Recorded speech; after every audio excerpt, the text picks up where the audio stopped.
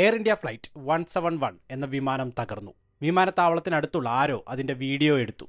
കാണാൻ വളരെ സങ്കടപൂർണമായ ഒരു വിഷ്വൽ. ഇന്ന് ഞാൻ ഈ അപകടത്തെക്കുറിച്ച് സംസാരിക്കാൻ ആഗ്രഹിക്കുന്നു. 240-ലധികം ആളുകൾ വിമാനത്തിലുണ്ടായിരുന്നു. നിലത്തുണ്ടായിരുന്ന ചിലരും മരിച്ചിരിക്കാം. നമുക്ക് അവർക്കെല്ലാവർക്കും മരിച്ചവരുടെ കുടുംബത്തിനും വേണ്ടി പ്രാർത്ഥിക്കാം. വലിയൊരു ദുരന്തം സംഭവിച്ചു. എന്നാലും ഞാൻ നിങ്ങളോട് പറയാൻ ആഗ്രഹിക്കുന്നു, വിമാനയാത്ര സുരക്ഷിതമാണ്. ഇനി നമുക്ക് വിഷയത്തിലേക്ക് വരാം. ഈ വിമാനം ഒരു ബോയിങ് 787 ആയിരുന്നു. ഇതൊരു ആധുനികവും സുരക്ഷിതവുമായ വിമാനമാണ്. വർഷങ്ങളായി ഇതിന് നല്ല സുരക്ഷാ റെക്കോർഡുണ്ട്. എന്താണ് സംഭവിച്ചതെന്ന് മനസ്സിലാക്കാൻ നമുക്ക് ശ്രമിക്കാം. പക്ഷെ ഒരു കാര്യം ഓർക്കുക, ഒഫീഷ്യലായ അന്വേഷണത്തിന് ശേഷം മാത്രമേ പൂർണ്ണ സത്യം പുറത്തു വരൂ. ഇനി വീഡിയോ നോക്കാം. വിമാനം പറന്നുയർന്നു. സാധാരണയായി ഈ വിമാനത്തിൻ്റെ ചിറകുകൾ മുകളിലേക്ക് വളയുന്നു. എന്നാൽ ഇവിടെ ചിറകുകൾ പരന്നതും ദുർബലവുമായി കാണപ്പെടുന്നു. അതൊരു നല്ല സൂചനയല്ല. ഒരു വിമാനം പറന്നുയരുമ്പോൾ ഒരു പൈലറ്റ് വിമാനം പറത്തുകയും മറ്റൊരാൾ സഹായിക്കുകയും ചെയ്യുന്നു. ആദ്യം അവർ വിമാനത്തിൻ്റെ മുൻഭാഗം ഉയർത്തുന്നു. പിന്നെ അവർ ചക്രങ്ങൾ മുകളിലേക്ക് വലിക്കുന്നു. ഈ സമയത്ത് അവർ ഫ്ലാപ്പുകൾ ചലിപ്പിക്കുന്നില്ല. പതുക്കെ പറക്കുമ്പോൾ സഹായിക്കുന്ന ചിറകിലെ ഭാഗങ്ങളാണ് ഫ്ലാപ്പുകൾ. വളരെ നേരത്തെ ഫ്ലാപ്പുകൾ നീക്കം ചെയ്താൽ വിമാനം അസ്ഥിരമാകാം. ഈ വീഡിയോയിൽ ഫ്ലാപ്പുകൾ ഇതിനകം മുകളിലേക്ക് ഉയർന്നതായി തോന്നുന്നു. അത് വിചിത്രമാണ്. വിമാനത്തിന് എഞ്ചിൻ തകരാറുണ്ടെങ്കിൽ അതൊരു വശത്തേക്ക് തിരിയണം. എന്നാൽ ഈ സാഹചര്യത്തിൽ വിമാനം നേരെ പോയിരുന്നു. അപ്പോൾ ഒരുപക്ഷെ 2 എഞ്ചിനുകളും പ്രവർത്തിച്ചിരിക്കാം, അല്ലെങ്കിൽ 2 എഞ്ചിനുകളും നിലച്ചിരിക്കാം. അവസാനം പൈലറ്റുമാർ വിമാനം നിയന്ത്രിക്കാൻ കഠിനമായി ശ്രമിക്കുകയായിരുന്നു. പക്ഷേ ദുഃഖകരമെന്ന് പറയട്ടെ, അവർക്ക് അത് രക്ഷിക്കാൻ കഴിഞ്ഞില്ല. ഇനി അപകടസ്ഥലം നോക്കാം. വിമാനം റൺവേ നമ്പർ 23-ൽ നിന്ന് പറന്നുയർന്നു. റൺവേയിൽ നിന്ന് നേർരേഖയിലാണ് അപകടം സംഭവിച്ചത്. അതായത് വിമാനം തിരിഞ്ഞില്ല. തകരുന്നതുവരെ അത് നേരെ പറന്നു. വിമാനത്താവളത്തിൻ്റെ ഭൂപടമാണിത്. പറന്നുയരുന്നതിന് മുമ്പ് വിമാനം ചില ടാക്സി വേകളിലൂടെ നീങ്ങിയിട്ടുണ്ടാകാം. പിന്നീട് പറക്കൽ ആരംഭിക്കാൻ അത് റൺവേയുടെ അവസാനത്തിൽ തിരിഞ്ഞു. ഈ വിമാനത്താവളത്തിൽ അത് സാധാരണമാണ്. റൺവേയുടെ മധ്യത്തിൽ നിന്നാണ് വിമാനം പറന്നുയർന്നതെന്ന് ഓൺലൈനിൽ ചിലർ പറയുന്നു. പക്ഷേ അത് ശരിയാണെന്ന് ഞാൻ കരുതുന്നില്ല. കാരണം വിമാനത്താവളത്തിൻ്റെ ഭൂപടം ആ സിദ്ധാന്തത്തെ പിന്തുണയ്ക്കുന്നില്ല. ഇനി നമുക്ക് ടേക്ക് ഓഫിനെ കുറിച്ച് സംസാരിക്കാം. ഈ ബോയിങ് 787 ഒരു വലിയ വിമാനമായിരുന്നു. അതിൽ നിറയെ യാത്രക്കാരുണ്ടായിരുന്നു. ടേക്ക് ഓഫ് ചെയ്യാൻ ഏകദേശം 9200 മുതൽ 9800 അടി വരെ റൺവേ ആവശ്യമാണ്. വിമാനം നിലത്ത് നിന്ന് പുറപ്പെട്ടാലുടൻ പൈലറ്റുമാർ ചക്രങ്ങൾ മുകളിലേക്ക് വലിക്കും. സാധാരണയായി പറന്നുയർന്നതിന് ശേഷം കുറച്ച് സമയത്തിന് ശേഷമാണ് ഇത് ചെയ്യുന്നത്. എന്നാൽ വിമാനം ഉയരാൻ സഹായിക്കുന്ന ഫ്ലാപ്പുകൾ കുറച്ചു നേരം കൂടി താഴേക്ക് നിലനിൽക്കും. പിന്നീട് അവർ പതുക്കെ ഫ്ലാപ്പുകൾ തിരികെ അകത്തേക്ക് നീക്കുന്നു. ഇനി എന്താണ് തെറ്റ് സംഭവിച്ചതെന്ന് നമുക്ക് സംസാരിക്കാം. 2025 ജൂൺ 12-ന് ഈ അപകടം സംഭവിച്ചു. അതൊരു ഭീകരമായ ദുരന്തമായിരുന്നു. 242 പേർക്ക് ജീവൻ നഷ്ടപ്പെട്ടു. ഒരു ബോയിങ് 787 വിമാനം അപകടത്തിൽപ്പെട്ട് മരണമടഞ്ഞത് ഇതാദ്യമായിരുന്നു. ഈ വീഡിയോയിൽ എന്താണ് സംഭവിച്ചിരിക്കാൻ സാധ്യതയുള്ളതെന്ന് ഞാൻ വിശദീകരിക്കാൻ ശ്രമിക്കുന്നു. ഭാവിയിൽ ഇത് എങ്ങനെ ഒഴിവാക്കാം എന്നതും. വിമാനയാത്ര വളരെ സുരക്ഷിതമായിരിക്കുന്നത് എന്തുകൊണ്ടാണെന്ന് ഞാൻ നിങ്ങളോട് പറഞ്ഞു തരും. എയർ ഇന്ത്യ 171 വിമാനമായിരുന്നു അത്. അഹമ്മദാബാദിൽ നിന്ന് ലണ്ടൻ ഗാറ്റ്വിക്കിലേക്ക് പോകുകയായിരുന്നു അത്. വിമാനം ഒരു ബോയിങ് 787 ഡ്രീലൈനർ ആയിരുന്നു. അതിൻ്റെ രജിസ്ട്രേഷൻ VT-ANB ആയിരുന്നു. വിമാനം ഉച്ചയ്ക്ക് 1:38-ന് പറന്നുയർന്നു. നിമിഷങ്ങൾക്കുള്ളിൽ അത് 625 അടി മാത്രം ഉയരത്തിലെത്തി. പിന്നീട് മേഘാനി നഗർ എന്ന റെസിഡൻഷ്യൽ ഏരിയയിൽ അത് തകർന്നു. അത് ഡോക്ടർമാരുടെ ഹോസ്റ്റലായി ഉപയോഗിച്ചിരുന്ന ഒരു കെട്ടിടത്തിൽ ഇടിച്ചു. അപകടത്തിൽ നിന്ന് ഒരു വലിയ തീപിടുത്തം ആരംഭിച്ചു.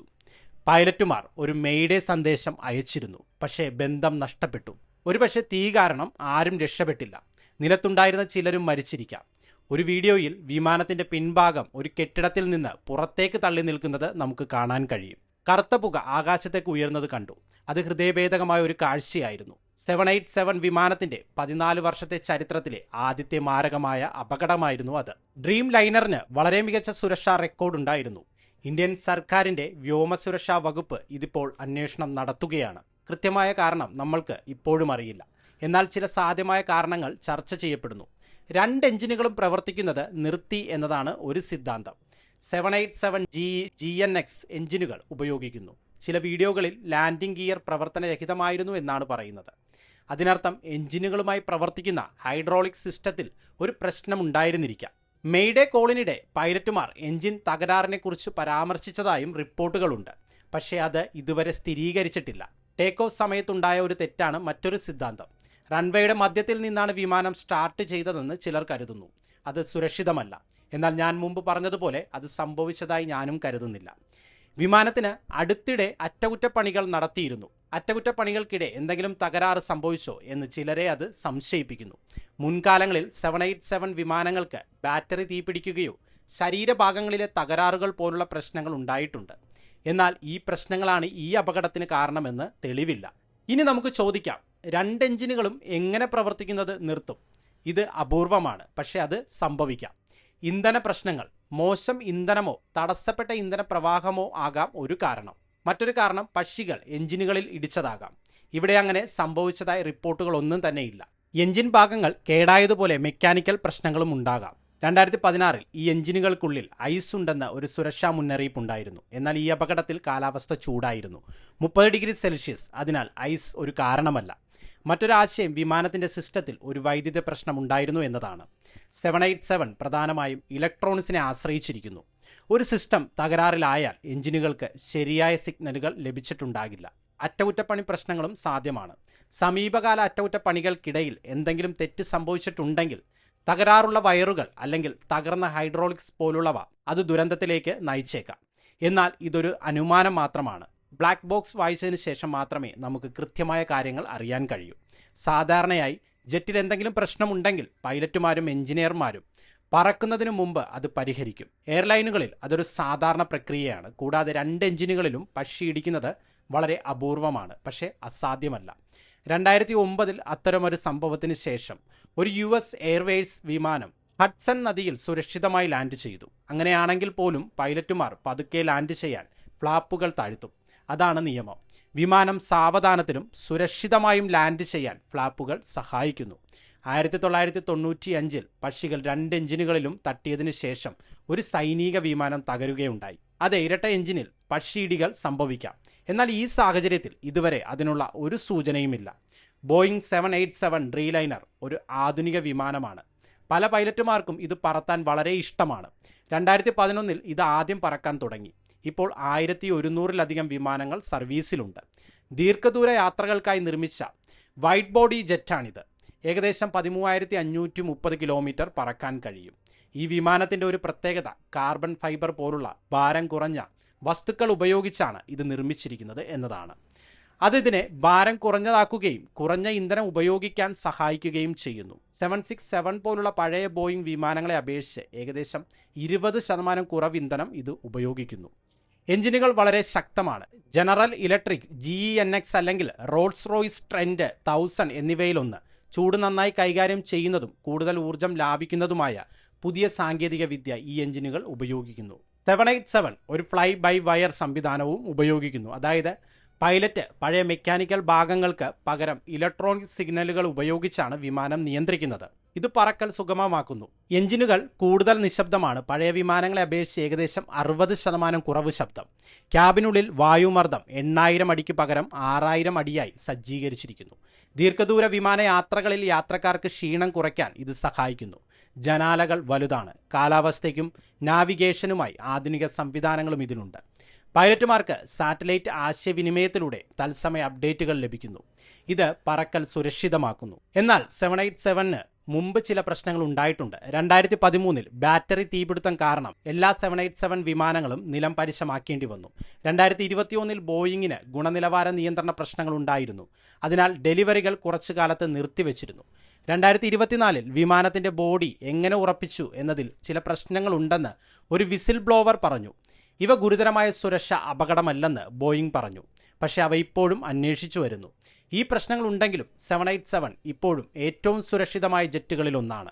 എന്തെങ്കിലും പരാജയപ്പെട്ടാൽ സുരക്ഷിതമായി തുടരാൻ അധിക കമ്പ്യൂട്ടറുകൾ, പവർ സ്രോതസ്സുകൾ, ഹൈഡ്രോളിക്സ് എന്നിവ പോലുള്ള നിരവധി ബാക്കപ്പ് സംവിധാനങ്ങളും ഇതിലുണ്ട്.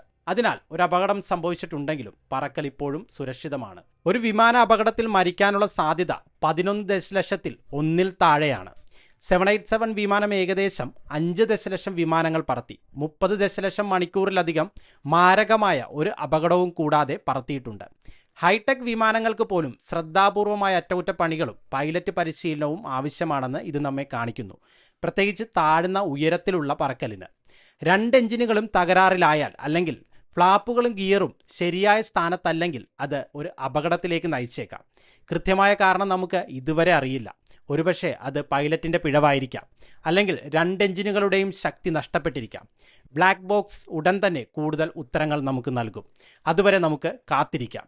ഈ ഭയാനകമായ ദുരന്തത്തിൽ ദുരിതം അനുഭവിക്കുന്ന എല്ലാവരുടെയും കുടുംബങ്ങൾക്കും പ്രിയപ്പെട്ടവർക്കും വേണ്ടി നമുക്ക് പ്രാർത്ഥിക്കാം. ഇത്ര പെട്ടെന്ന് ഹൃദയഭേദകമായ രീതിയിൽ ഒരാളെ നഷ്ടപ്പെട്ടതിൻ്റെ വേദന വാക്കുകൾക്ക് ശമിപ്പിക്കാൻ കഴിയില്ല. ലോകം നിങ്ങളോടൊപ്പം ദുഃഖിക്കുന്നു. ഓരോ യാത്രക്കാരനും ഓരോ ക്രൂ അംഗത്തിനും ഒരു കഥയുണ്ട്. ഓരോ കുടുംബത്തിനും ഒരു ഭാവി ഉണ്ടായിരുന്നു. അവരുടെ നഷ്ടം വെറുമൊരു സംഖ്യയല്ല, നമ്മളെയെല്ലാം സ്പർശിക്കുന്ന ആഴത്തിലുള്ള മുറിവാണിത്. ജീവിതം എത്ര വിലപ്പെട്ടതാണെന്നും ഓരോ നിമിഷത്തെയും നമ്മൾ പ്രിയപ്പെട്ട ഓരോ വ്യക്തിയെയും എത്രത്തോളം വിലമതിക്കണമെന്നും ഇത് നമ്മെ ഓർമ്മിപ്പിക്കട്ടെ. മരിച്ചവരുടെ ആത്മാക്കൾ ശാന്തി പ്രാപിക്കട്ടെ. ഈ ഇരുണ്ട സമയത്ത് അവരുടെ കുടുംബങ്ങൾക്ക് ശക്തി ലഭിക്കട്ടെ. വീഡിയോ അവസാനിപ്പിക്കുന്നു.